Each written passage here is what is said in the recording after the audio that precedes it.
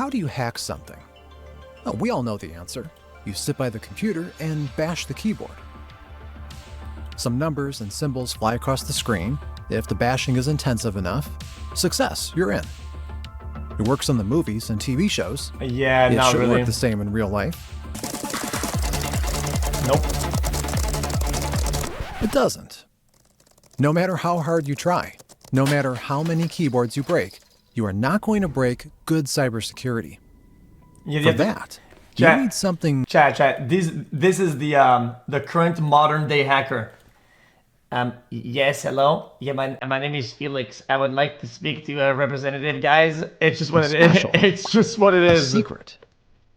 And to get that secret, you have to become part of the deepest and darkest community on the internet. Forget your dark web marketplaces and hacker forums. It's deeper than that. It's a space whose entire existence rests on its covertness, where the world's best hackers trade secrets for life-changing sums of money, where governments, mega corporations, and criminal cartels compete over snippets of information that can change the world. Welcome to the zero-day market.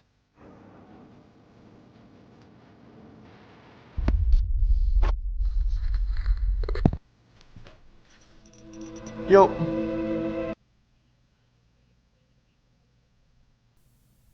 Yeah, thank you. Excellent, thank you. You're standing in front of a high and strong wall.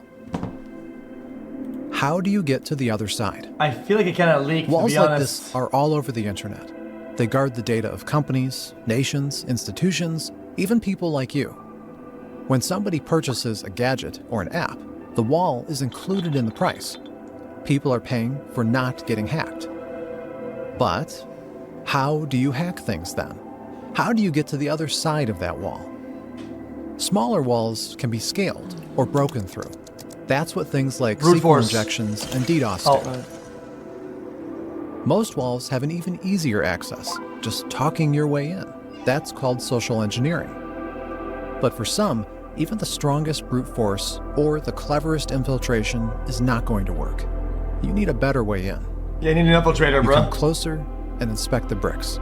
Maybe one of them is cracked or protrudes just enough to give you a foothold.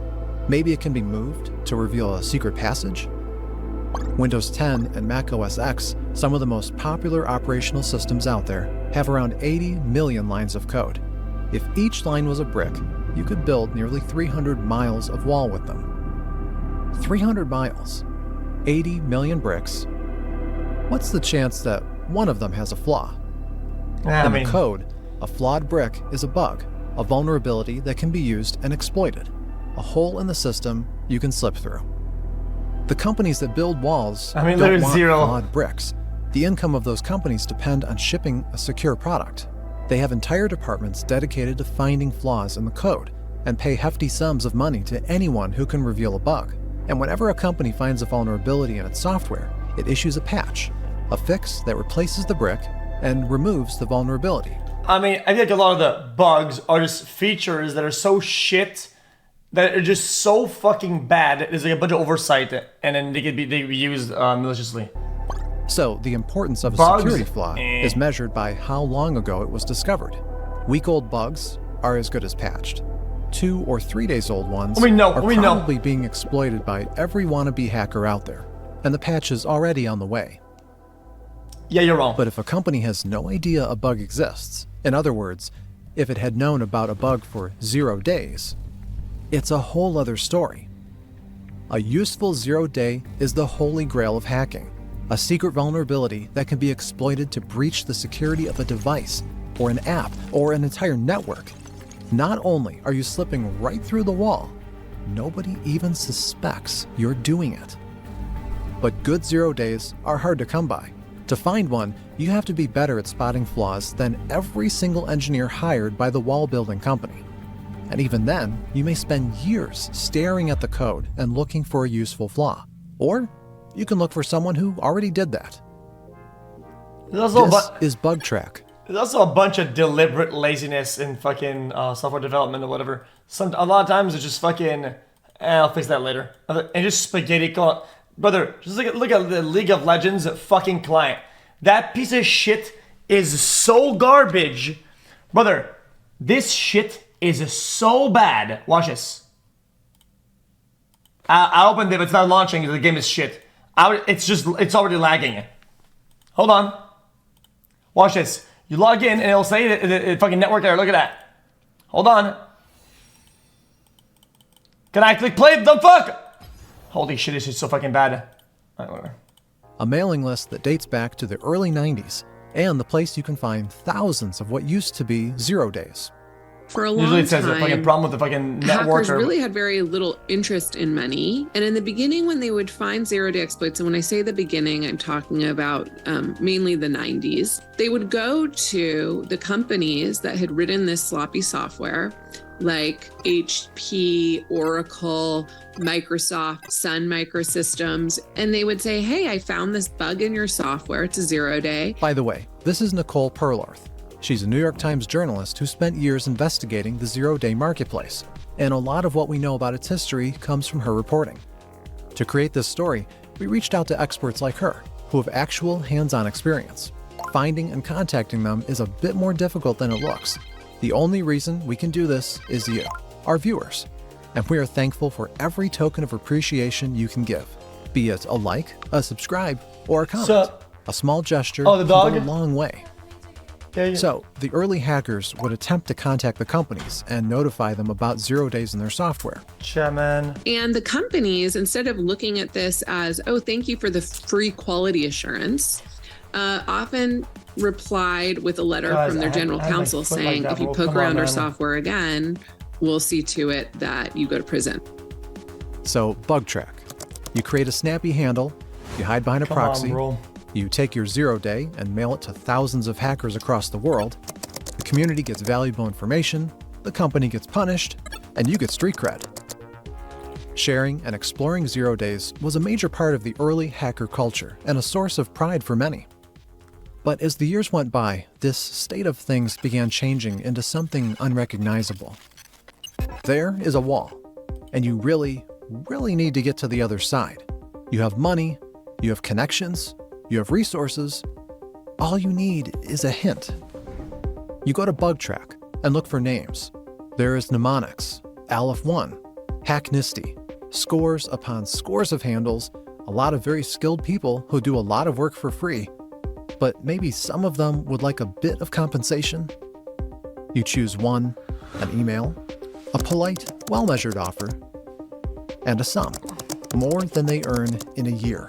More than the software company is willing to pay for the same bug. There are very few problems a bottomless budget can't solve. Years pass. You do the same again and again. You establish stronger connections, relationships, networks. Some of the people are reliable, others not so much. You keep the reliable ones close, the dangerous ones even closer. You are not the only one buying, and your contacts are not the only ones selling. A market begins to form and grow. Just by sending some emails, you get 0 days that can bypass any wall. And even if you have a problem finding sellers, there might be a solution to that. Middlemen emerge, 0 day brokers, companies with shady names and even shadier backgrounds willing to help you in your struggle. They can find whoever you need and conduct the transaction. They will even confirm if the merchandise works. Chad, remember the hackers that sims up my shit and they had my Twitter? What I was told internally is that the motherfuckers were able to get my account, but only from like a dashboard / interface, like internal, and they couldn't look at my DMs or anything. So the DMs weren't read or looked at. They could only like tweet from it, pretty much. And vouch for it's like a panel thing, yeah. They're very much a matchmaking service, right? Government, right, could go and post even anonymously on Reddit or some underground forum. Hey, I want to go buy an exploit, right? But then you're dealing with some unknown party. You have issues around escrow, right? Both trust from the buyer side and trust from the seller side, and so these exploit brokers work as middlemen and matchmakers. They're holding stuff in escrow, and then they're confirming the vulnerability or holding funds in escrow. and then confirming the vulnerability actually works in many cases before even brokering the deal. And then, of course, for all those services, they take a percentage off the top. So you buy a snippet of information from a broker or an anonymous hacker online. You confirm that the vulnerability works, and you develop an exploit, a piece of malware that can reliably turn one flawed piece of code into a safe passage through the wall. Time to use it.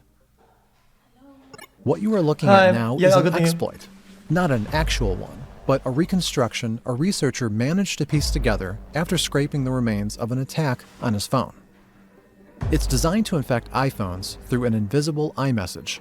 The user never gets a notification, not even a blip on the screen. A snippet of code just slips in and stays completely silent. It begins working through a particular bug, a flaw that existed in Apple's software for decades, a remnant of a function that has long been discontinued, a deformed brick that once supported a wall but no longer does.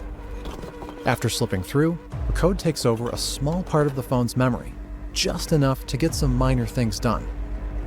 Using this memory, the message finds another, larger hole in the wall, another 0 day through which an even more malicious code can be brought through. It's unexploitable from outside, but once you're in, you can use it.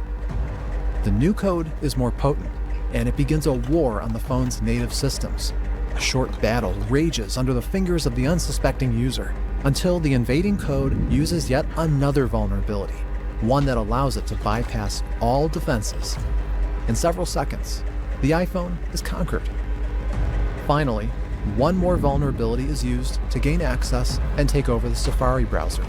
Now, the phone is at the mercy of the intruder and will report everything the owner does, sees, or hears. A string of 4 0 days, an entire attack chain tied together by some very well-written code, giving you unrestricted access to any iPhone on the planet. The researchers called this chain Operation Triangulation. A weird name for an attack that has 4 prongs, not 3, but who are we to judge? Weird naming aside, these exploits are incredibly potent and incredibly dangerous. And to get that sort of capability, you have to pay the price. Just like with almost anything on an open market, the price is a reflection of the usefulness. I mean, you could do that One to of do the anything. very few glimpses we get into the cost of attacks like Operation Triangulation is a list by Zerodium, a major broker company that actually publishes its prices. According to Zerodium, a 0 day that allows you to bypass a phone's passcode or a PIN nowadays is up to $100,000. A 0 day that allows you to access their chat application, a web browser, or an email could cost up to $500,000. 0 days that give you access to somebody. This is what I should have waited, dude, before wiping my phone when my passcode glitched up. Because my phone blocked, and I lost like a year of photos and shit like that, which was really cool to have. I'd pay $100K for that. Email could cost up to $500,000. 0 days that give you access to somebody's phone without any interaction on their part can net $2 to $2.5 million. So, millions of dollars to break into a phone. And that's not even counting the salaries of the small army of hackers who wrote the exploit, making the 0 day usable. These are not the amounts of money you pay to keep tabs on your cheating fiancé. The people who use these attacks aim a lot higher. The biggest demographic of buyers, on open markets is probably governments. I mean, they have money that cyber criminals, can't touch, or can't possibly amass, even some of these larger ransomware gangs. And the value, right, that they get out of the intelligence that they gain with these 0 days is not measured in dollars and cents either. Some 0 days are harmless. You find a mistake in the code and it might be in a system which is not widely used, or if it's even used by some niche audience, it's not that interesting. It might be harmless now, though. I feel like, yeah, whatever. Worth your effort to break into that system. But the systems that hackers and nation states spend a lot of time on right now are iPhone software, Android software that touches critical infrastructure, software that touches, like I said, cryptocurrency systems, wallets that could get you a lot of cash in cryptocurrency. We may never know the actual cost of Operation Triangulation, There's only a small handful of broker companies that publish their prices, and countless more that don't. The actual cost of a zero-day, let alone an exploit, can vary a lot. A good example of that is Operation Zero, a broker that popped up just a few years ago.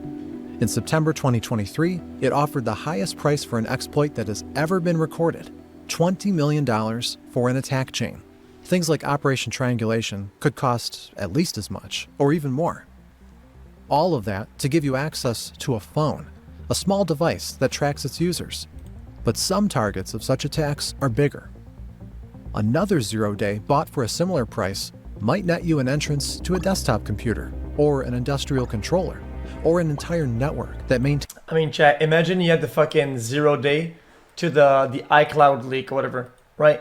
And you ask a bunch of celebrities, brother, listen, I have your cock. It is what it is. I have it. Right? I can post or I can not post, okay? And we bury this. Do you want to buy this 0 day or what, bruh? I mean, personally, I'd ask to be paid because I think it's worth something. Whatever. They can do it for free. Infrastructure of a factory, a military base, a city. Stuxnet, one of the most advanced examples of malware, used a string of 4 0 days to enter an Iranian nuclear facility and disable it. NotPetya, the most damaging cyber attack ever recorded, used one single 0 day to paralyze an entire country for several days, causing billions of dollars worth of damage to international companies that operated there. The phone of Jamal Khashoggi, a journalist murdered by the Saudi Arabian government in 2018, was monitored and tracked by the government after infecting his devices through 0 days. So far, we've been comparing a 0 day to a flaw in a wall, a brick that reveals a hidden entrance. This comparison is quite harmless, maybe a bit too harmless. A 0 day could also be compared to a weapon, or more correctly, a material from which a weapon can be made, a more powerful weapon than almost anything in the world.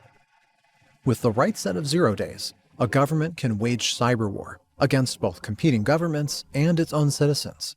For a government with enough funds to buy such a collection, and enough skilled personnel to correctly exploit it, any security is no longer an obstacle.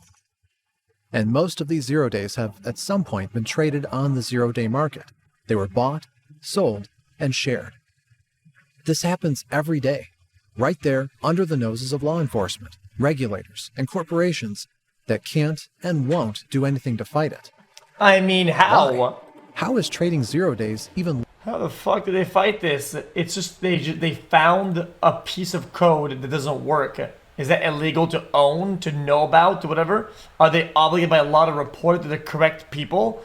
You find a bunch of line of codes that are accessible by everybody. Say, this one doesn't look right. I'll sell that to you. The fuck? Perfectly fine to sell that shit. Legal. And why nobody treats it with at least a fraction of the seriousness. They didn't exploit it. They found something.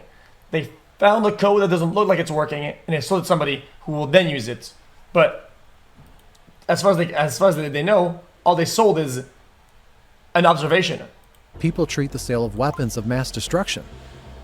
Well, the answer to that is a bit complicated.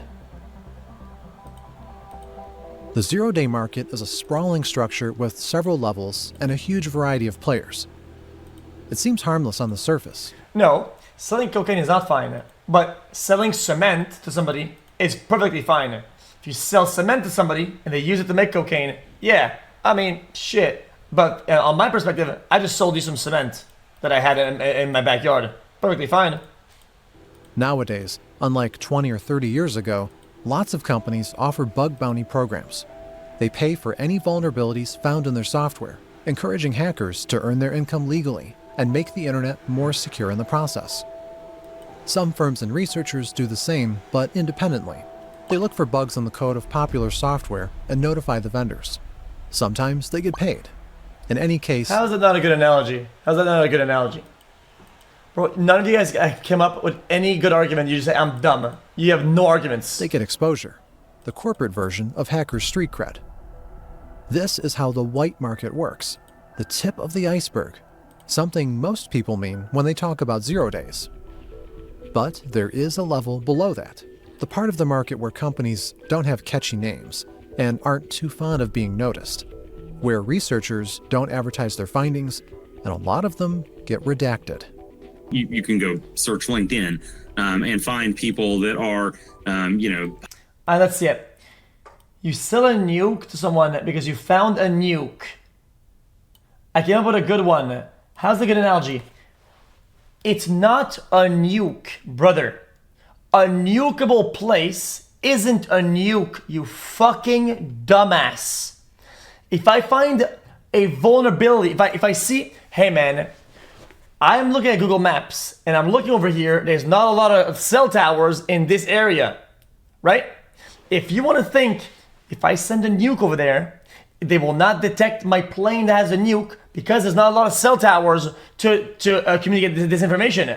All you're sending this person is the observation that there's not a lot of cell towers in an area. Is that a crime? Is that illegal? Not illegal.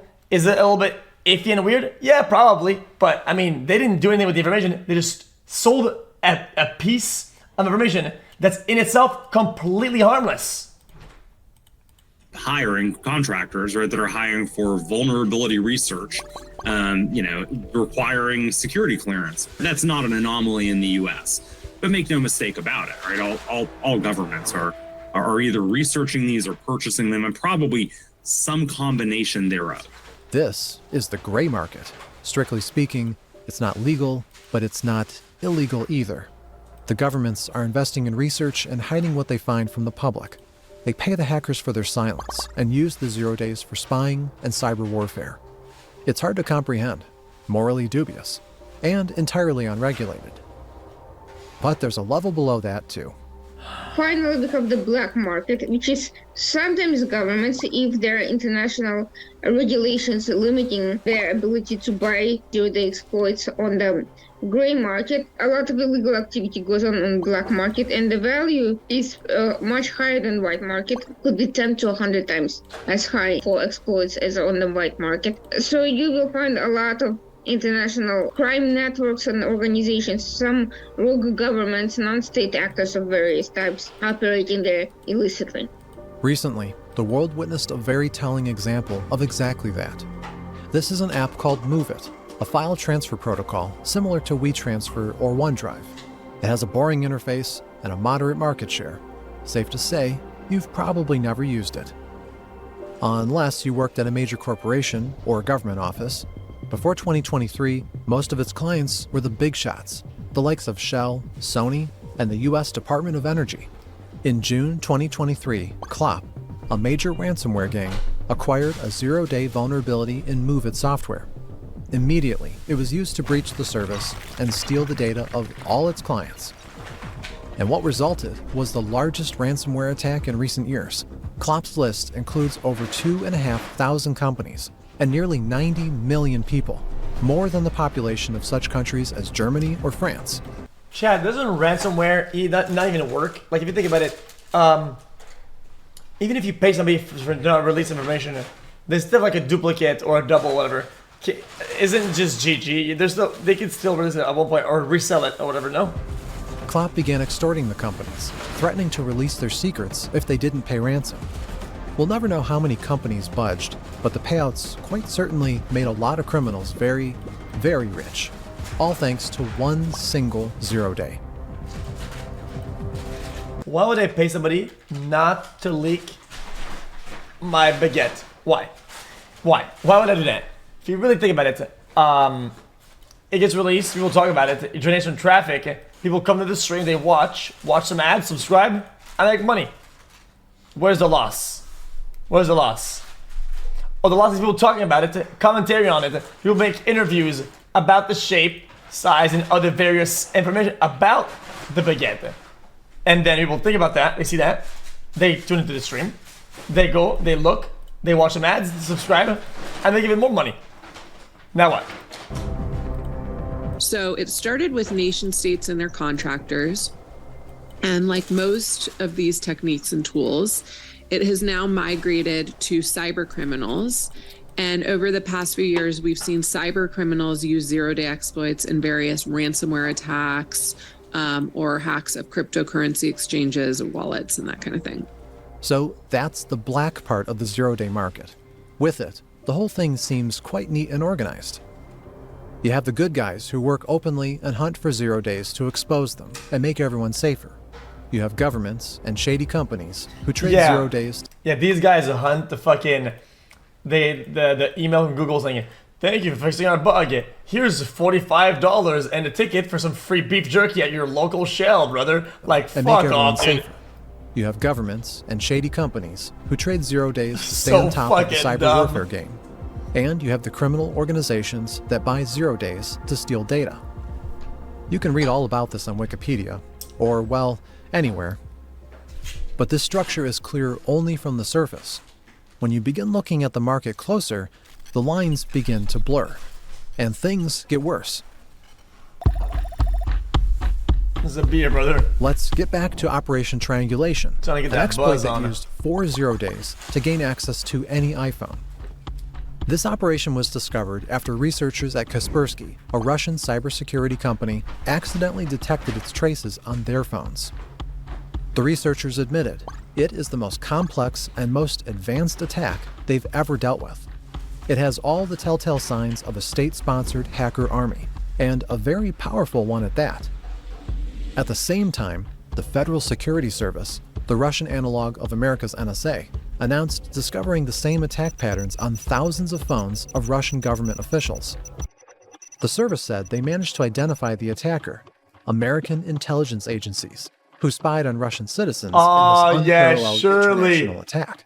According to the FSB, such an attack had to be coordinated with Apple, which would not allow bugs like those to remain in their systems without any reason. Oh, please. But then there is Operation Zero, the company which offered $20 million for the same attack chain, hinting that the attack is more than possible without Apple's input. Just like with most vendors, we know very little about Operation Zero. But one thing we know, and it's a thing the company is out loud and proud about, is that it sells its exploits only to Russian intelligence agencies and companies.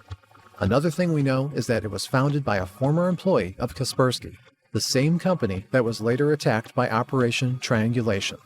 Wait. For a citizen of the United States, selling a 0 day to Zerodium, which would pass it on to the NSA, would be the work on the gray market. To sell the same bug to Operation Zero, the citizen would have to enter the black market. And for a Russian hacker who discovered the same 0 day, the situation would be strictly reversed.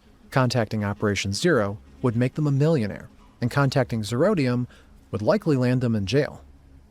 But only a small minority of hackers live in the United States or Russia. Every country in the world aims to get an edge in cyberspace, and each one of them sets its own rules in accordance with its alignment. Each one has its own white, gray, and black markets, and thanks to the world being as interconnected as it is, absolutely nothing prevents one government from reaching out to a black market of another. Governments that are not looking for morally dubious things generally use gray and white markets to get those types of vulnerabilities. If they go on the black market, it's really because they can't get to it in any other way, and it gets pretty complicated. Both Zerodium and Operation Zero are pretty straightforward. They sell to their governments and are transparent about it. But when it comes to brokers, those two are an exception. Most companies that trade in 0 days work entirely in the shade. What they sell and who they sell to and who works for them is a total secret. And from what we know, they often use that to blur the lines between the markets even more, either on accident or not entirely so.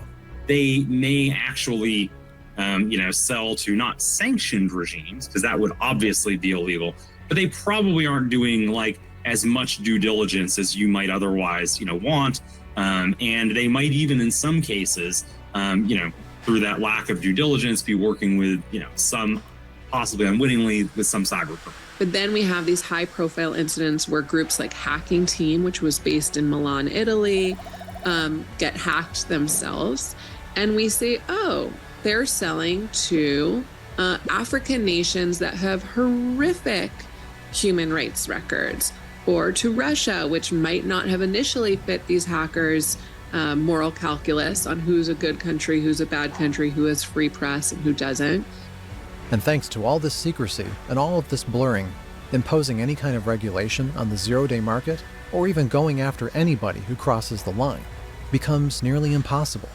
Prosecuting somebody who is, themselves anonymous and who facilitates anonymous purchases is very complicated. Even when you know the parties involved, and no one likes doing that because they also want to see brokers as sources of information. So for them, it's better to give the broker immunity and get them to cough up whatever they know about the deal than to go after them and make additional parties with an interest to cover everything up even more. That's why they're not very likely to be prosecuted. And this is how the zero-day market operates, with no regulation, with no prosecution, always on the border of legality and morality. It is sprawling and complex, and at the same time, mostly invisible and entirely opaque. Opaque, For people huh? who first learn about it, it's difficult to have any kind of positive reaction. After all, we are speaking about the underground sale of weapons that can be, and sometimes are, used against every one of us. So, an urge to regulate or straight up ban can be overwhelming, no matter how difficult or impossible that might seem. But there can be a different perspective on this, a perspective held by a lot of people who used to work in intelligence agencies and witness what governments use their 0 days for. Yeah, this one's a rather complex one for me. I don't speak purely from opinion. A little bit of it's from experience. I think it's well known at this point, that I'm a former intelligence professional and a former government hacker, right? Yo, double standards, triple standards. You want to tell you what it is? Dude, making fun of accents is a underplayed quadruple super standard. You want to know why? Oh, you make fun of French, lol W. UK, lol W. European, lol W. Make fun of an Asian accent, you're done. Prison, brother. Send him to prison. You are already in jail. Why is it like that? Why is it like that? Why? And so, I've seen firsthand the value of, retaining an O-Day purely for offensive purposes. Of course, there's a risk there, right? And that's why the U.S. government, has the vulnerability equities process, where, very smart people, very smart and very educated people from across different agencies in the government meet about 0 days that we have knowledge of and may or may not have weaponized, may be available for sale, what have you, and discuss the value of using it for intelligence versus the value of making our infrastructure safe, right? And globally infrastructure safe. It's a bit complex for me. I absolutely can't side with the folks that say all 0 days are evil. Right? That can't be the case.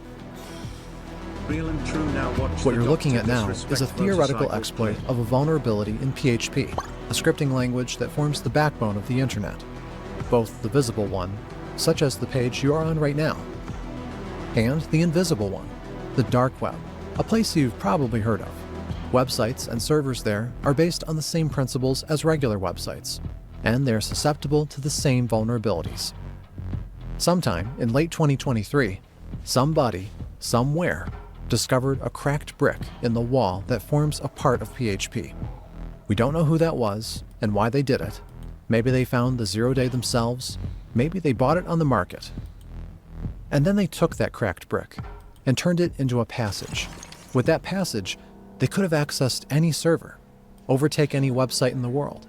But the website they did attack looked like this. It's the dark web blog of Lockbit, one of the largest criminal organizations in the world.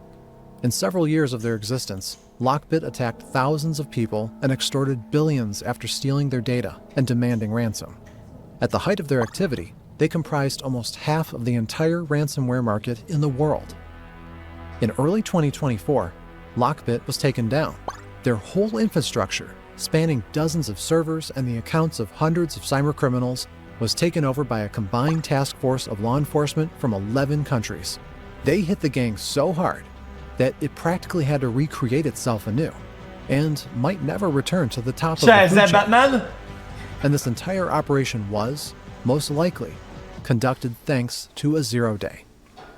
So yes, it can be difficult to admit, But sometimes the governments and law enforcement agencies just do their job. And sometimes that job requires a well-placed exploit. Well, it could be unethical, but the problem is it works both ways. Yes, it could facilitate governments looking to spy on opposition members, journalists, and so forth. And there are many campaigns constantly attacking governments and companies for doing exactly that. It could also be the reverse. It could be other governments going after the oppressive governments and trying to cause them problems. It could also be private initiatives looking for exploits to attack these governments, such as what anonymous affiliates were doing against Russia during the war with Ukraine. So if you start going after this market, it will end up hurting both sides, and more likely the governments will win anyway in that scenario because they have more money to spend. They're not operating at a risk when those markets. They will nice, though. use third parties who they'll burn, but then they'll find somebody else. So everything is a lot blurrier than it might seem.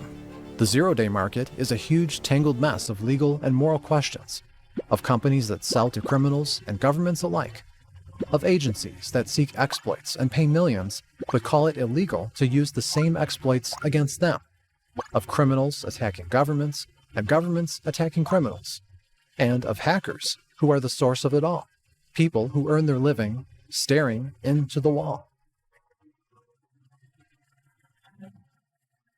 Most of the zero-day market is completely secret, but after all, we know about it, right? Black hat hackers. So somebody is definitely breaking the first rule of Fight Club. Sometimes it's former government employees who say as much as they can without crossing the line. Sometimes it's brokers who want to attract attention, both from potential sellers and buyers. And sometimes it's hackers themselves who decide to talk despite what others tell them. As I document in the book, there are various cases where certain brokers, there was a very famous one based in Thailand. I don't know where he is now, the Gruk. He's a very well-respected member of the hacking community. Spoke to a Forbes reporter, a friend of mine, Andy Greenberg, at one point and thought he was speaking off the record. Basically, the Gruk shared a lot of information. Price lists, some rules of the game. At one point even posed for a photo next to a duffel bag, which I don't know whether there was actual cash in it, but it looked like there was cash in it. I don't know if it was real or not. And oh no. The shoes, no. He's wearing the toes shoes. No, you can't do that, brother. Guys, that's against code, Jen. That's not code at all. I don't know if it was real or not. And from what I understand, after that appeared, he was visited by Thai police. And basically, according to friends and colleagues of his, lost half his business because there were a lot of governments who had been buying 0 days from him who said, I don't want to do business with someone who's going to pose next to a duffel bag of cash in Forbes magazine. That is the antithesis of who I want to be working with. And so that became a very public example to other 0 day brokers that they would do well to keep their mouths shut. We tried contacting Grug for this story, and it seems he learned his lesson. Just like almost any 0 day seller or broker you can find on the internet, some of them have public profiles, some reveal some details of their operations, some even share their names. But I mean, he thought they were off the record. Let's be honest. This is some fucking scummy ass journalist doing the classic journalist fucking skit, fucking scumlord, and ruining it for everybody else. Let's keep it a bucket. Have to operate with multiple layers of encryption, and when you get to that point of secrecy, there's just no way to know who you're dealing with. And frankly, it's dangerous for you to know, and that's why it's done particularly in that way. So the reason why no one wants to talk about this is, one, their customers require complete discretion. No government wants to purchase a 0 day from someone who's out there mouthing off about what they have, who they're selling it to, They need to be able to trust. Unless it's valuable enough. I think the way it works is like it's kind of like the hot girl crazy scale. If you're worth something is so valuable and so good, who gives a fuck if you're fucking naked yelling a bunch of bullshit in the end and saying some shit? Who cares? Trust these people to keep these sales What you're saying quiet. is valuable So enough. discretion is critical. Which is why, while we know a lot about the zero-day market, there's much more we don't, and probably never will, even despite the impact it has and will have on our lives. So, there you go, the zero-day market, the digital underworld full of elite hackers and horrific secrets, a world that sometimes spills into our reality, causing massive harm. But also, a world that is inseparably intertwined with ours, with ties that simply can't, and probably won't, be broken. The walls are built by people, and as long as that happens, some bricks in them will be flawed. Well, I mean, if you didn't do something that's too terrible, right? Technically, you've saved them from a heavier downfall down the line from somebody who does the worst possible thing. Technically, it's all gray hats. That's my take. And as long as there are flawed bricks, there will be people who will pay money to have them found. And so, the zero-day market will persist. We hope you enjoyed this short dive into another extremely complicated topic. We're very thankful to Nicole Perlorth, whose book on 0 days served as an inspiration. Dude, if you use some hack to steal $5 from your neighbor, technically it's black hat hacking, right? I mean, you're using some vulnerability, but then the thing is now known that there's a bug, they fix it, and then somebody was good or could have used it against like the whole government and made like $1 trillion of it. Technically, that was pretty helpful. It was pretty helpful. No, I mean $5, yeah, it's bad, but like, I think it lies in the intention. If the intention is to harm, yeah, it's black hat. But I think it's more result based. That's just my take. Who cares though? I'm just a fucking dumbass.